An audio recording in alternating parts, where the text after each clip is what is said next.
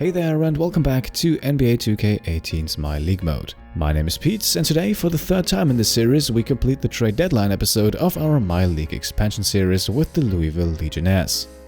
Now, once again in the comments of the last episode there was quite a bit of a discussion regarding Rodney Hood and whether or not we should trade him.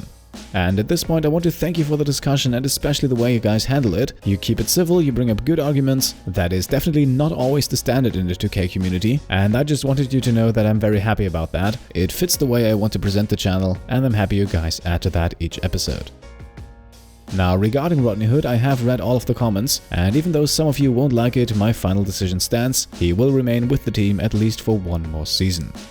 At the moment he is holding down the small forward position until both Flanders and Dennis mature a bit, and once that happens and Hood feels a bit more expandable, I'm very open to trading him. At the moment though, Flanders is still way too streaky with his shooting, and Dennis, well, he shoots the ball well, but that is really all he does. Hood, on the other hand, can shoot with some consistency, although he has his hot and cold streaks, but he's also a pretty good perimeter defender, and his 6'8" frame comes in handy against some of the biggest small forwards in the league. Now, I admit I was somewhat curious to see what Hood is worth in the open market, but apart from a few atrocious contracts or a few very late first rounders, I couldn't really find anything. So, Rodney Hood will remain with us past the trade deadline. However, we are looking to trade Juan Hernangomez. Now, Hernangomez is not playing for the Legionnaires at the moment, not because he's too bad, but simply because the other guys are too good. Bryce Johnson is still one of the most efficient scorers on the team in the post. Deontay Davis is a defensive presence that we desperately need off the bench. Skal Labissière is probably one of the most versatile players we have on the roster, and I don't think I even have to explain the situation regarding Mo Bamba. This leaves Hernangomez the odd man out, and while he is on the last year of his contract, I don't think we want to let him walk for nothing. And he does have some value past that last year for whichever team picks him up, because Hernangomez is going to become a restricted free agent. Hernangomez's upside as a player is then quickly explained. He is only 24 years young and a tremendous outside shooter. He can score in the post occasionally, but it's definitely not his strong suit, so he is a bit one-dimensional offensively, but not to the point where it really hurts his value. Now, one thing I should mention at this point, with Mohamed Bamba still injured, we could use another big man to deepen the rotation, but it doesn't have to be Hernangomez. Instead, the idea here is to trade him for maybe a late first-round pick and an older, expiring big man, maybe someone with a focus on rebounding and defense, someone who could step in and help out should our three-man rotation down low need some assistance. And I had a look around, and in the end I was going back and forth between two offers. The first one, a straight-up trade of Juan Hernangomez for a top 5 protected pick from Brooklyn. The Nets are currently 4th in the Eastern Conference, right on our heels, so this should be a rather late first rounder, and with only 2 power forwards on the roster, both of them rated below 70, I think the Nets could really use Hernangomez. However, I eventually decided against the move. It wouldn't land as another big man, and we already have an additional first round pick next season from New York, because we acquired one in the Rashad Vaughn trade. The value of a pick this late in the first round isn't all that exciting, and so I went with option number 2. In this move, we trade Juan Hernangomez to the other expansion team, to the Las Vegas Aces, in exchange for Boban Marjanovic and a second-round draft pick. The Aces are dead last in the Western Conference, and so the second rounder here has about as much value as a late first. In Hernangomez, the Aces then get some youth and shooting at the power forward, where both Thaddeus Young and Patrick Patterson are getting older and older, and Patterson is also on an expiring contract. Going into the next season, the Aces should have enough cap space to match any contract offers Hernangomez receives, or they could just offer him a longer-term contract themselves. This also provides them with some elite outside shooting, something their big man rotation is currently lacking. Marjanovic then could be huge for us, and not only size-wise. The 7'3" center can do exactly what we need him to. He can rebound, he can block shots, and be a presence down low. We don't take on long-term money in this move, and yes, Marjanovic is already 31 years old, but don't forget, we can't ask for the world here as we're technically also trading an expiring contract. All in all, I think both sides benefit from this one, so let's ask the Aces for their blessing. And the Las Vegas front office accepts our offer, and with that we part ways with Juan Hernangomez, and we welcome Boban Marjanovic to the Louisville Legionnaires. And Marjanovic will also immediately step into the rotation with a few minutes and take some pressure off of a big man. To get us started, he only gets 8 minutes per night, but that's 8 valuable minutes of rest for Labissière, Johnson and Davis.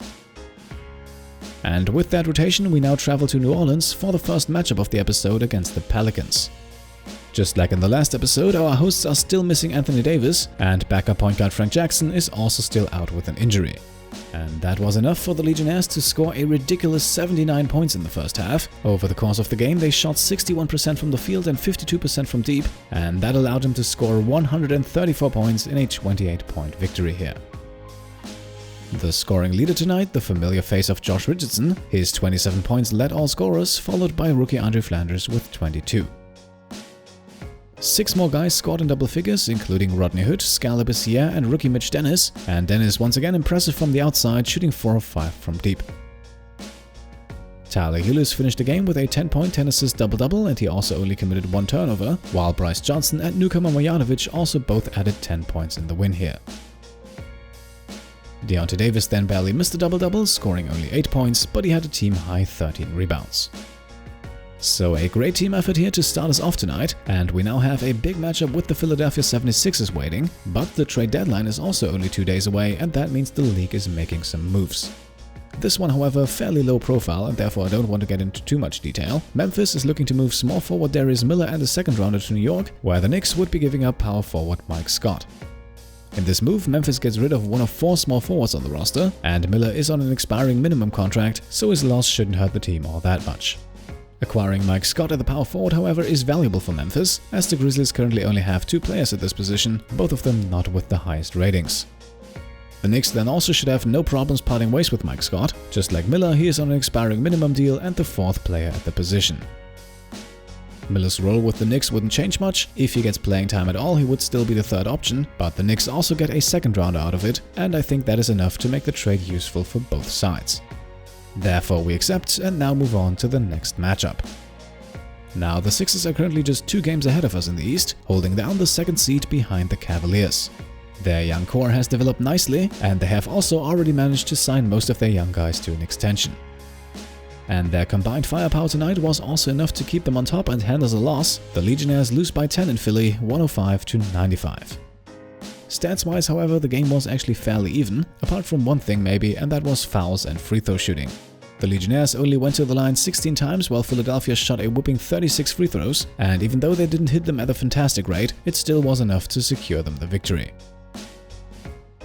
Our best player in the loss tonight was probably Andre Flanders, who scored 23 points on a very efficient 9 of 13 shooting performance. Bessiere added 18, Richardson 15 and Hood added 12, but all of that not enough to push us past our opponents. Tyler Hughes then once again in double-double territory, 1 basket and 1 assist were missing to achieve one, and Bryce Johnson also fell just short of one with 8 points and 8 rebounds. So the big day is here, we're just about to move past the trade deadline, but not before the league throws one last big offer at us. And this one definitely a bit more of a blockbuster. 5 players and the pick are involved, as the Denver Nuggets in a surprise move are looking to part ways with big man Paul Millsap. Their side of the deal also includes center Mason Plumlee and a second-round draft pick, and in return they are asking for 3 players from the Philadelphia 76ers. In this move, the Sixers would give up Jahlil Okafor, Richaun, Holmes and Marvin Williams, 3 players with a combined salary of over $35 million. So let's go through step by step. I think it's safe to say that the Nuggets have navigated themselves into a bit of a dead end with Millsap. While Millsap is still a very serviceable starting caliber power forward, he is also 35 years old, and after this season his contract runs for 3 more years. Signing him to that deal has unfortunately not brought the Nuggets the success they had hoped for, as they are currently sitting in 12th place in the Western Conference, way out of reach of the playoffs. So it might in fact be time for a bit of retooling and a youth movement in Denver, which I can only assume is also the reason why Mason Plumlee is included in the move. Plumlee is about to turn 30 soon, and his contract also has the same length as Millsap's. Of course, getting rid of 2 players with ratings at or above 80, that requires a price to pay in return, and that brings us straight to the Sixers. As you just saw before the last game, the Sixers have definitely reached contender status. This move would immediately add another all-star caliber power forward to their team, a guy that is so good that he could start and produce right away despite their already pretty deep big man rotation. Acquiring Millsap and Plumlee of course means that the Sixers could get rid of a big man or 2, and this move definitely puts them in win-now mode, as they move some promising young talents for established veterans. After this move, Richaun Holmes would end up being the 3rd power forward, and therefore it makes sense to include him, while the centerpiece of the trade for the Sixers is definitely Jahlil Okafor. Contrary to his real-life counterpart, Okafor has actually developed pretty nicely in this game, but the Sixers have equipped him with a pretty big contract. By acquiring Plumlee, they would get a backup center with roughly the same rating, however one that is only half as expensive. To make the salaries work, the expiring $15 million contract of Marvin Williams is also added, but neither losing nor acquiring him should be of any major interest for the teams involved. So, to sum it up, the 76ers mount for the attack with this move. The addition of Millsap is definitely a big move for them, and it makes their starting lineup a whole lot more dangerous. The strength of their rotation doesn't really suffer all that much. They lose 3 big men and add 2, focusing slightly more on quality over quantity here. For Denver, the move marks a small rebuild down low. 2 established veterans leave the team in exchange for youth, and it shows the Nuggets are already focusing on the long-term future. All in all, I think both sides gain something in this move, and I have to admit I'm very interested to see how this turns out. For my part, the move gets a pass, and with that, the 2020 trade deadline is behind us. Up next on the horizon then, the All-Star weekend. We are only a good week away from the festivities, but we also still have 4 games left on the schedule before we can catch a break. And we start things off against the Memphis Grizzlies, who are 15th in the Western Conference, really not a strong team at the moment, and even though they have a few promising young guys on the roster, this one was an easy win for us.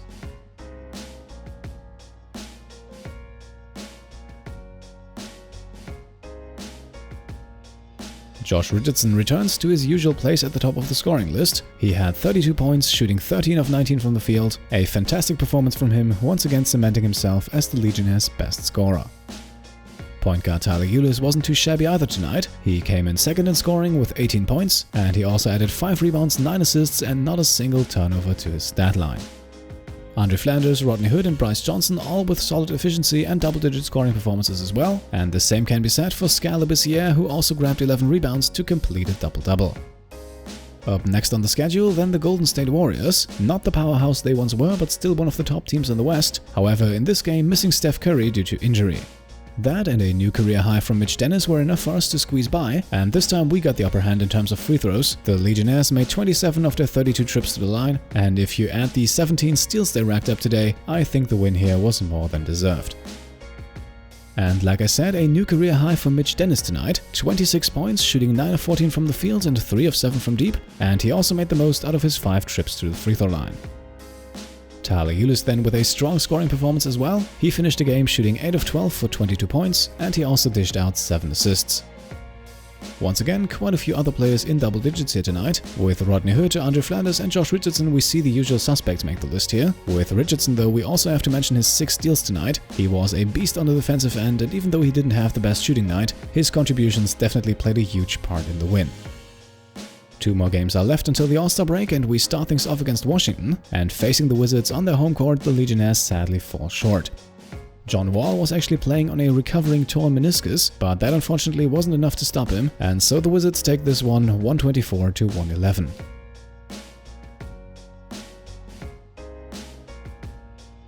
Mitch Dennis then with back-to-back appearances at the top of the scoring list. 18 points for him tonight, including a perfect 4-4 from deep. I would love to see more where that came from, so we'll definitely keep an eye on his performances over the next few games. In Deonte Davis then a slightly unusual side amongst the top scorers. Our current starting center was pretty impressive tonight and finished the game shooting 8 of 10 from the field for 17 points and 9 rebounds. Bryce Johnson also had 17 points, although he missed 1 more shot and only grabbed 8 rebounds. And the Legionnaires' current leading scorer, Josh Richardson, also not too shabby, although I have to mention that he fouled out after only 21 minutes, and he also turned the ball over 4 times. For the next game then we head back to Louisville for a matchup against the Bucks, and this game was actually fairly close up until the end, but a strong 4th quarter performance put the nail in the coffin, and the Legionnaires head into the All-Star break with a 9-point victory.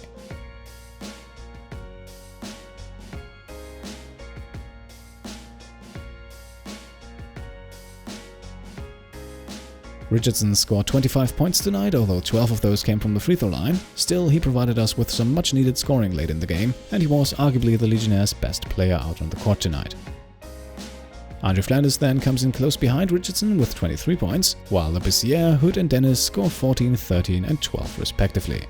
And while Labissière barely missed a double-double with 14 points and 9 rebounds, Bryce Johnson was a bit more successful, as he managed to get 10 points and 11 rebounds coming off the bench.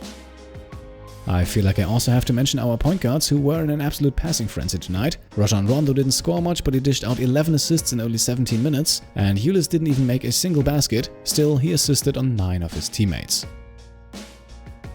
And so here we are, All-Star Weekend is upon us, and we start things off on Friday night with the Rising Stars Challenge.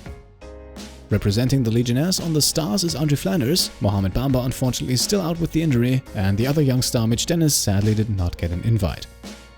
The elites then once again headlined by Luka Doncic, who already had a pretty impressive performance last year, and I have a good feeling that he's ready to repeat that. And in the end, Doncic and the elites do in fact come away with a narrow victory, 106-102 the final score, and Doncic arguably also with the stat line of the night, barely missing a triple-double with 20 points, 8 rebounds and 10 assists. Miles Bridges of the Sacramento Kings scored 19 points tonight, Troy Brown of the Phoenix Suns only missed a single shot and finished with 16, and point guard Brandon Strong added 15.